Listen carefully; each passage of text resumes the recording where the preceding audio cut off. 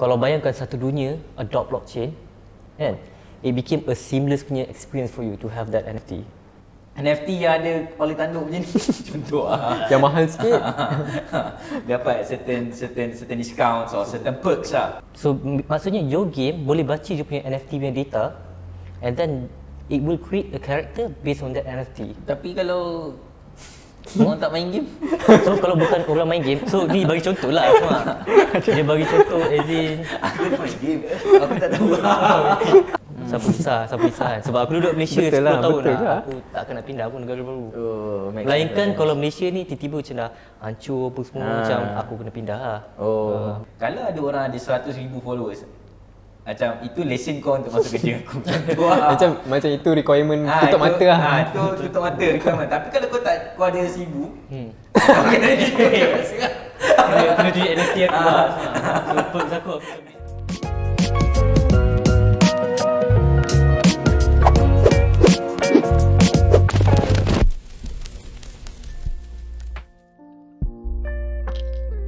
So bila orang beli benda tu kan, macam apa yang diorang dapat sebenarnya? Yang part tu aku macam kurang faham sikit lah. for NFT Okay, for NFT tu.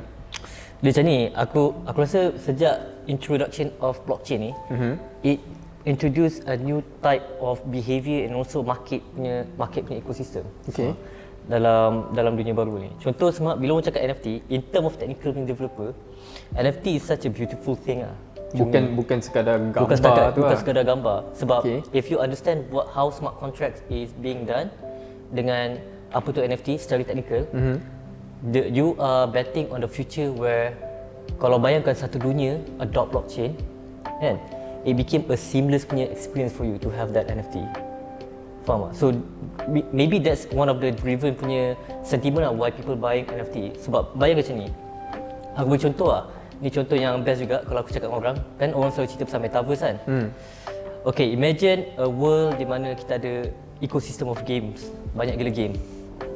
So Jijoy game developer buat game pasal lumba lari. So Afiq buat game pasal lumba kereta. And aku buat game pasal menjelajah satu dunia kan.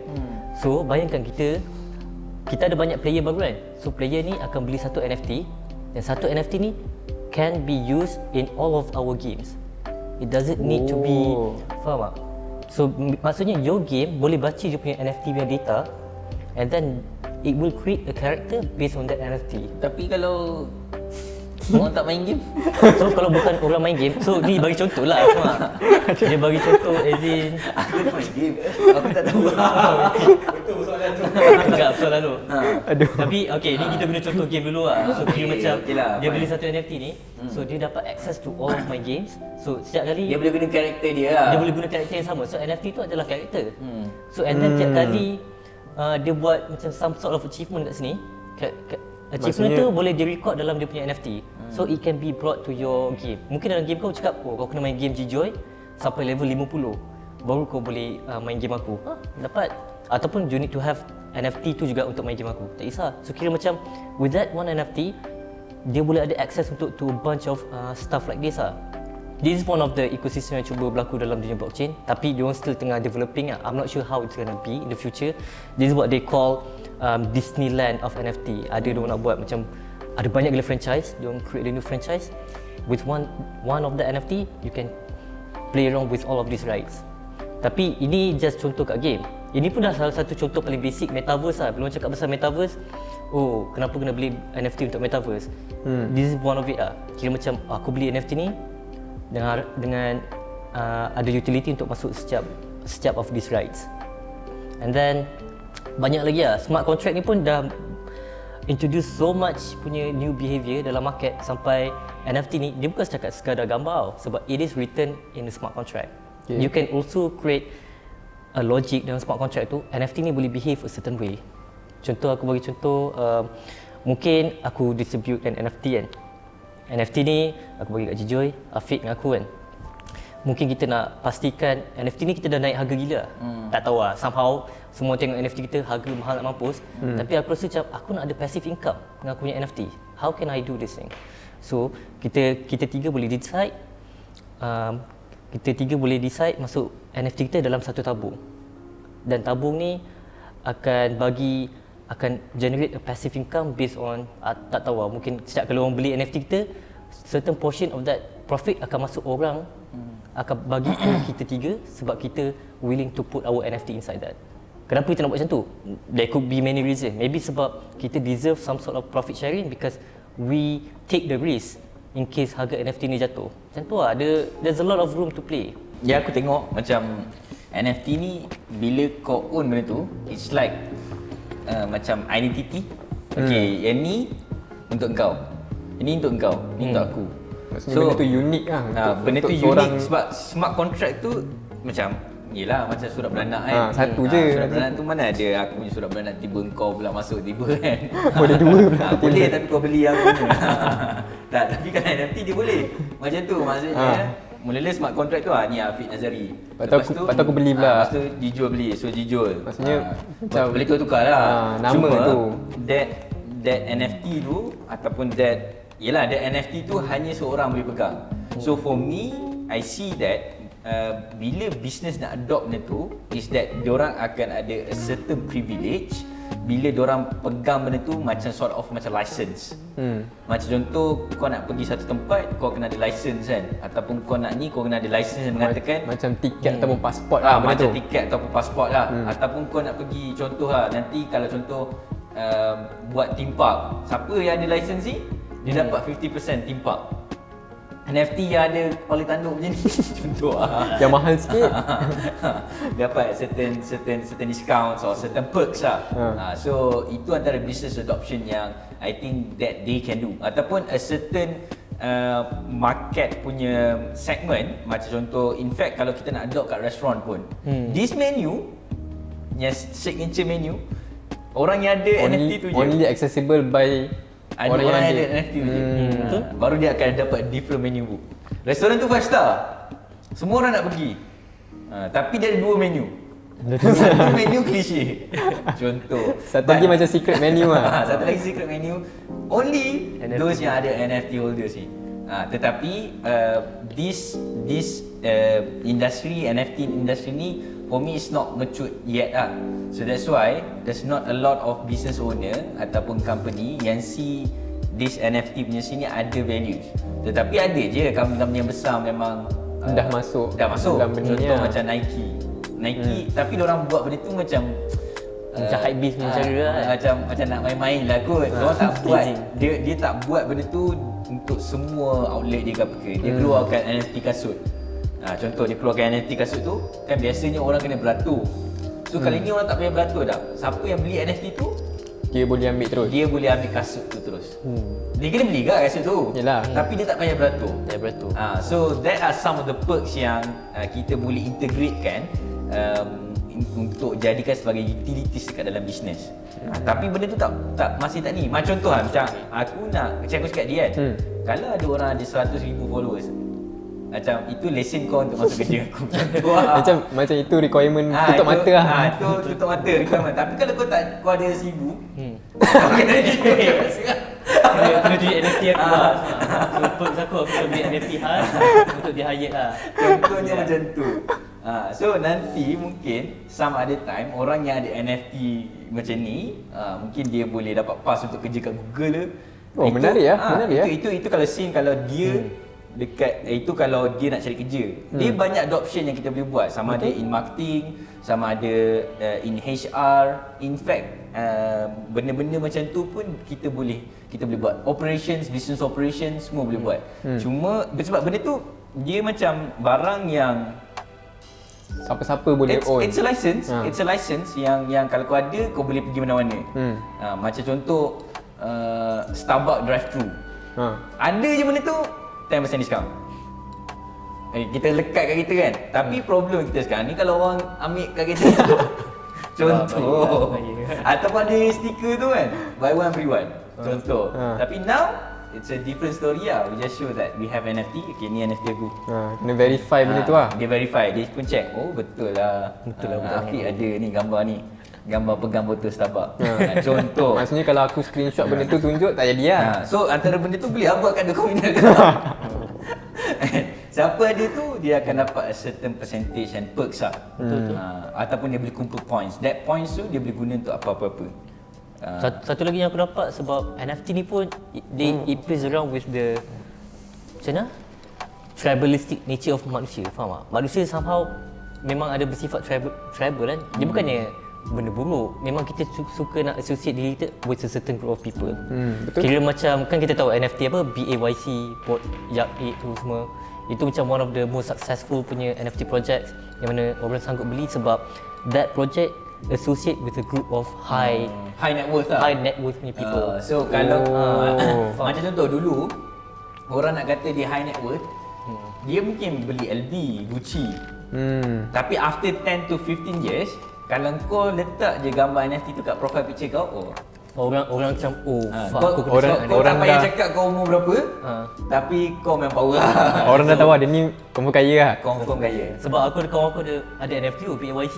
Aku punya respect macam lain lah. Tiba-tiba Lain lah? terus lain lah. Dia Aku macam dia tukar profile picture kau.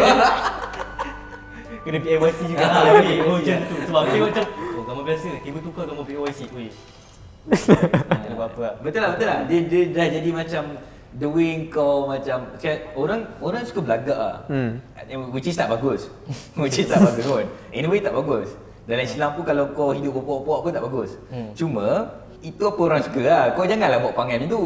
Contoh kalau orang suka membazir duit beli Porsche banyak-banyak pun tak guna agak. Simpan je kan. Simpan je. Tapi kalau kau flip, bagus lah. Kau beli kau flip. Sama lah macam ada benda-benda ni pun. So dia anggap tu sebagai satu asset yang really valuable. Macam jam Rolex kan. Jam Rolex kalau kau simpan lama lagi tinggi appreciate dia punya value. Sama jugalah macam gambar-gambar ni nampak macam biasa tetapi dia associate with a certain group of people. Betul. Dia nak rasa macam He's a part of that tribe. he's a part of that tribe. So siapa ada tu dia power lah. Dia a different league lah sebenarnya. But still kalau show that to the boomers, it just doesn't make sense. Yelah, Sebab sebab tengok memang gambar dia tak ada association dengan benda tu kan. Dia tak ada. Dia pun tak tahu apa benda tu. Sama juga. In fact, jangankan cakap ni, as simple as for us to understand why some people have a lot numbers of followers akan change diorang punya life. 20 years back, that doesn't make sense. Tapi sekarang benda tu make sense sangat. Siapa tak ada benda tu, rugi. Siapa ada benda tu, advantage.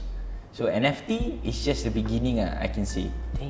Aku nak kena ada 100,000 ke ah. Kau boleh yang tu kau boleh hire aku lah. Apa aku buat kau NFT semua tak ada. Contoh lah. Itu Web 2.0. Web 3.0 power kan. Web 3.0 kena ada ni. Kena ada NFT. Kena ada gambar NFT pula. Okay.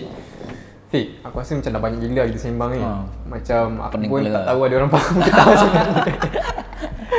Tak tahu. Mula cerita kampung tu, lepas tu cerita kopi sikit, lepas tu cerita apa jam, kereta apa semua kan. So tak tahu ada orang faham tak. Kalau tak faham memang kau tengok je lah balik video ni. Okay, aku rasa kita get some questions tu daripada floor, kru-kru kita yang dah ada. So nak tengok lah diorang faham ke tak kan sebenarnya. Kita sembang ni. Okay, soalan? Soalan ni lah, siapa sebenarnya yang cipta NFT? Founder. Macam mana the first transaction kot? The first purchase berlaku tu. First transaction kalau nak tengok sebab sepaham aku lah. NFT ni is just dalam mata technical, it's just a standardized punya code punya tulisan lah dalam smart contract.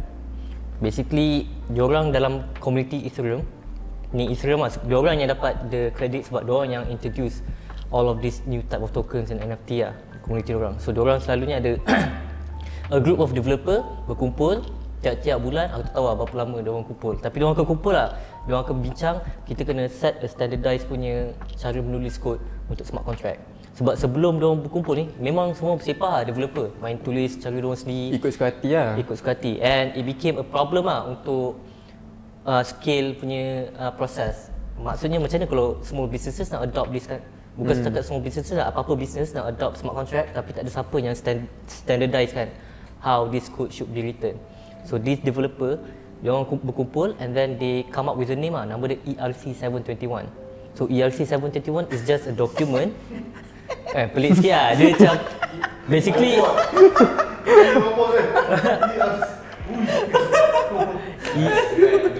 ERC-721 dia ada short form dia, Ethereum.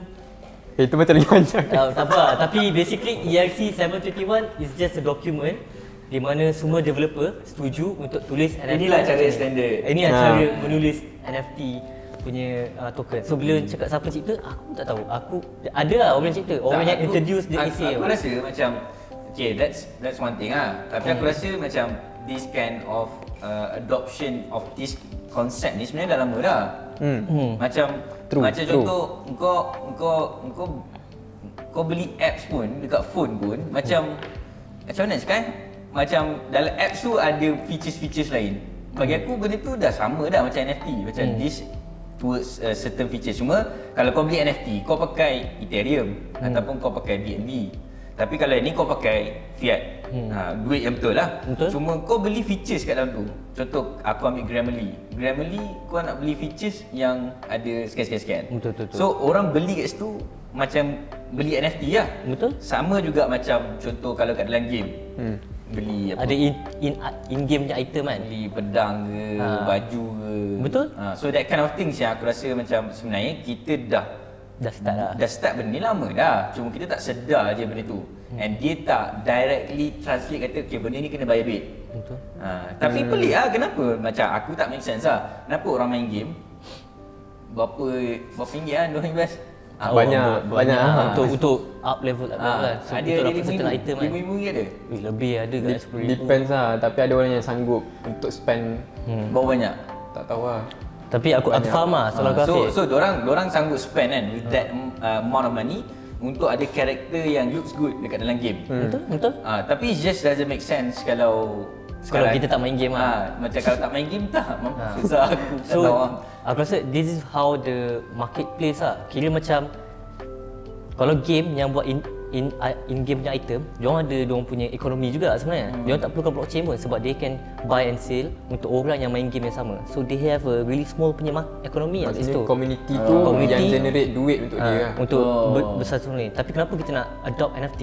NFT semua, bayangkan ni komuniti yang kecil yang in-game item komuniti sanggup jual beli antara sesama lain. Kat bawah ni adalah blockchain, dia lagi besar ekosistem dia. Meaning if you NFT the in-game item kat game ni, imagine if you buy a sword kat game ni, kau NFT kan, lepas tu game lagi satu, kita orang terima NFT tu. So lagi banyak lah. Lagi you are Maksudnya betting on maksudnya small community tadi tu dia gabung semua sekali. under satu bumbung yang besar. So that's what NFT blockchain is all about. So itu sebab orang sanggup buat NFT banyak-banyak, dia betting macam di future di mana semua sanggup, aku terima NFT kau, you can go into my community, aku terima kau macam tu, you can go into my business macam tu. Ya, maksudnya dia ada that collaboration lah. License kau nak pergi kat komuniti aku boleh. Yes. Macam pasport lah. Tingkat pengenalan aku. Pasport macam-macam negara terima. Macam-macam negara terima. So boleh lah masuk. Macam tu lah dia. Contoh kan, kita tadi ada Bitcoin, ada NFT kan. So in future dalam prediction akan ada lagi lah Coin-coin lain. betul tak? Obviously ada lah It coin-coin could lain. be lah, yes. So ini pun banyak lah orang tengah kan. Sampai bila orang akan berhenti cipta blockchain baru? Sebab tak ada halangan langsung untuk cipta blockchain baru. Tapi that's the thing. Innovation sentiasa akan berlaku. It depends on how the new tech is going to compete with the current system lah. So far macam ada orang argue kalau kita tak tahu, aku dalam industri aku tak babi tiap-tiap minggu dengan blockchain baru keluar, blockchain baru. Oh, banyak lah coin-coin baru keluar. Maksudnya updates on benda tu lah. Diorang akan present themselves as we are better than Ethereum apa semua. But then I don't think we are at the stage yang aku rasa macam it's no longer important how good your tech is, but how good your community is in your blockchain. Kira macam Ethereum dah terlalu besar community dia. Macam Binance Smart Chain pun terlalu besar community dia. So they sangat susah orang sanggup stay kat situ because you already have a Macam good network lah. commerce ekonomi within that blockchain. So kalau dia orang cipta lagi Dah ada blockchain market baru, dah kat situ. dah ada market, dah ada market maker, dah ada faham tak? Berlaku transaction kat situ. Yalah, contoh kalau kita buat benda baru ada berlaku 10 ekonomi kat situ. Kalau buat benda baru ada 10 orang macam 10 berapa orang. banyak je yang Market dah cukup besar. So siapa kisah kalau dia punya lagi better kan. Macam kita punya lagi satu saat je dah siap apa semua. Faham? Satu saat transaction macam tu. So macam okey, tapi kalau ada 10 je orang dalam tu, nak ke aku masuk? Tak function lah. Tak function lah. Dia macam aku cakap, blockchain ni semua macam negara. Kalau ada negara baru, tak siapa nak pergi pun. Tiba-tiba negara tu kat mana-mana entah mana. Betul kan? Sebab kalau negara baru macam Siapa pisah kan. Sebab aku duduk Malaysia Betul 10 lah, tahun betul lah. lah. Aku tak akan nak pindah pun negara baru. make Melainkan kalau Malaysia ni tiba-tiba macam dah hancur apa semua macam aku kena pindah lah. That's the layman's term I would say. okay. Make sense juga. Yelah maksudnya kalau pergi negara orang lain tu pun macam kita pergi kejap, kita check tu semua macam oh tak okey, kita belah lah. Macam tu lah. Lebih kurang lah. Macam tu lah. Itu aku rasa, itu the best example aku bagi sekarang. Blockchain tu macam negara. Selalu aku susah gila nak bagi example macam mana. Negara lah betul. Okay, soalan? NFT ni relevan ke untuk 10 tahun datang? Relevan ke tak 10 tahun akan datang. Kalau macam hanya bara macam untuk tahun yang berbeza tahun, lain 10 tahun. Adakah dia trend apa semua? Aku okay. Sebab blockchain teknologi pun sangat baru. Dia lebih kurang 10 tahun je baru datang. I would say blockchain punya teknologi start introduce tahun 2008. Tapi the concept of smart contract baru introduce around 2014 or 15. 2014-15 2013 ke? Macam tu lah, around that time. First half 20. Agak lama juga lah sebenarnya. Agak lama semua. Sebab diorang ambil lepas 2008 tu macam diorang they take time to develop new technology of blockchain which is Ethereum. Lepas Ethereum buat, banyak orang buat clone macam Ethereum lah. And then banyak orang ingat macam ini trend. Sebab time Bitcoin naik pun orang cakap ini trend. Tapi betul lah, lepas tu mati je kan. Lepas tu Ethereum naik, dia orang introduce smart contract. Cakap you guys can cipta apa-apa jenis token. Lepas tu macam dunia blockchain naik balik kejap. Sebab everyone macam hype lah nak cuba innovation baru. Ya, Lepas tu orang ride on sentiment masa tu lah. so lepas tu itu zaman ICO punya bubble lah. So they have a term for that, ICO bubble. Time tu memang tiap-tiap hari ada projek baru cakap kita orang nak buat the next future bank, the next banking system of the future macam tu lah. Lepas tu lalas 90% mati. Lepas tu tiba-tiba sekarang naik balik. Faham tak? It feels like kalau NFT, if you believe in the technology of NFT and you provide real values, it will stay for a long time. But if you have a mindset untuk capture the sentiment, akan mati dalam masa setahun 2 tahun. That's my thoughts in it. So kena play your book right. Sekarang right now macam quite trend lah. Aku rasa macam NFT ni is just another proof of concept je. Macam mana adanya TikTok, adanya Twitter, adanya Snapchat, adanya MySpace. MySpace is just another proof of concept. Betul. That you can attract a lot of people within the community juga. And community tu suka kau. So dia follow kau follow kat MySpace. Tak tahu. Friend lah, dia jadi friend lah kan. Tapi at the end of the day, MySpace mati pun. So that proof of concept Tak jadi lah. Tapi the tech berkembang. Tapi dia punya teknologi tu still ada, which means at that time is a social media. So which is web 2.0 lah. So which is a social media, siapa yang ada this social currency, diorang menang lah. So itu yang datang Facebook, datang Twitter, datang Snapchat, datang Instagram. Build on top of teknologi MySpace tadi tu lah. Betul. So Friendster habis. Betul, habis. Tapi Twitter stay. Bermaksud dia punya ada projek yang gagal, ada projek yang tak gagal lah. Sama juga macam NFT. NFT is just another proof of concept saying that you own something and this is a value. Tetapi in the future I do believe mungkin boleh ada another proof of concept. Mungkin Yang kalau sekarang better ones lah. I don't know. Mungkin dia it doesn't necessarily a better one. Dia boleh jadi More adapt. orang benda yang orang lebih suka dan lebih friendly. Contoh, orang tak ramai pun minat gambar. Tapi bila kita testing, sebenarnya orang bukan minat gambar, orang minat lagu. So that lagu can be a smart contract pula. Contohnya, and that proof of concept is being accepted by a lot of people. So that can be another proof of concept lah. It's actually an NFT juga. Lagu tu is actually NFT tapi a different form. Ni gambar, ni lagu. Lepas tu ada Lepas video pula ke. Contoh lah, it's a non-fungible tokens lah. So for me, the technology stays there and akan scale without doubt. Because dalam NFT sendiri pun kau tengok berapa banyak market share kat dalam NFT. People are willing to put their money. Sama lah kalau kita cakap in this social media, berapa banyak kita letak kat social media. For a business owner, 100,000, 200,000, they're willing to spend on this social media. In fact, ada yang spend 1 million, 5 million a year. So itu market share within the ecosystem of social media tu, social media currency. Kalau this NFT sekarang ni dah start banyak. So nak kata trend tu boleh jadi trend, tapi trend yang susah juga nak dijatuhkan lah, sebab the money is there. Itulah that's my thought lah on this one.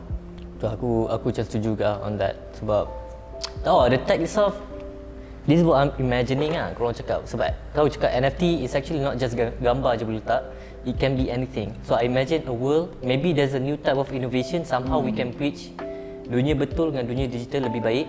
You can see a lot more exotic punya NFT. Bayangkan NFT kopi kat dunia betul, memang betul-betul. So that can happen lah, but we need to have that another jump of innovation lah. But that jump of innovation, I'm not sure when it's gonna happen. Tak tahu lah. Sama sebab benda tu macam jauh lagi ada punya gap. Mark Zuckerberg lah. It may need to have another collaboration punya effort from the community untuk keep on innovating. Exactly. Sebab banyak gila orang innovate new project, banyak je yang I guess that's why this blockchain punya industry macam people are willing to pay more to these developers. Yes. Because they willing to invest on the innovation lah kot. Walaupun it just doesn't make sense for some people. Macam aku bayar untuk benda aku tak tahu. Betul. But people don't care because they just want to keep up with the technology. Betul. Another quote yang aku dengar agak daripada orang, ni quite menarik lah, dia cakap aku macam, oh interesting. Dia orang cakap blockchain are built for our children. So kita takkan faham. Sebab kita takkan faham in this concept. But then anak kita bila lahir, tahu-tahu dah ada blockchain. So they naturally adopt this technology and it became like something yang no brainer. Dia macam kita lah, lahir-lahir ada internet kan. Kita tak boleh bayangkan dunia tak ada internet. Kita tak boleh bayangkan. Tanpa internet. Betul ke? So anak kita lahir ada blockchain, lepas tu dia tak boleh bayangkan kenapa bapak aku tak beli NFT bodoh. Tu lah. Aku rasa Tak boleh NFT. itu lah. Jangan lupa punya saya punya NFT kan. Dah ada. Belum. On the way. Itu diorang punya sentiment. Aku macam tengah fikir betul ke tak sentiment. Tapi untuk distribute my risk, beli je kan. Yang mana tahu future tu memang betul-betul datang. At least aku boleh cakap dengan anak aku, ayah beli ya, jangan nak cakap. Cakap Bodoh aku beli je. Beli je. Tapi not a financial advice lah. Sebab nak cakap. Ayolah, YOLO juga tu. Okay. So macam Rafiq cakap tadi, dia boleh jadi an asset yang kita tak tahu kan benda tu akan appreciate ke tak lah. So untuk apa kita punya future semua kan.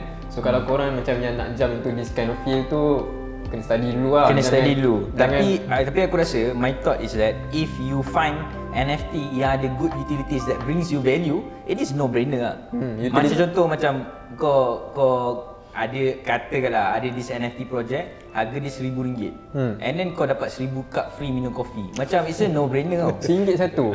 It's a no brainer lah. I think that's a good option for you to jump into that NFT lah. Kau beli pun, satu kau dapat that benefit of having that perks lah. Second is that kau own the asset. Someone else might want to buy your NFT just because they want to get 1,000 cups of coffee. Contoh. So now in Malaysia ataupun dekat mana-mana pun, I think there's not a lot of people yang integrate with that kind of utilities. Ada tapi not that much. So I was hoping that a lot of business owner datang masuk space ni. If you don't know and don't understand, InsyaAllah kita akan try to do a lot of contents to bringing untuk bridge the gap between this public yang tak tahu and getting to know the technology better. InsyaAllah kita akan try buat benda tu. Kita dah sampai ke penghujung this episode. So for those of you who have any questions, just tulis kat komen below and ask anything. Mungkin kalau Rafiq nampak video ni, dia boleh jawab some of the questions. And also if you want me to do video apa-apa topics pun, just let me know. Don't forget to subscribe my channel. Saya akan buat lagi video lepas ni, and we'll see you next time. That's how you grow your business.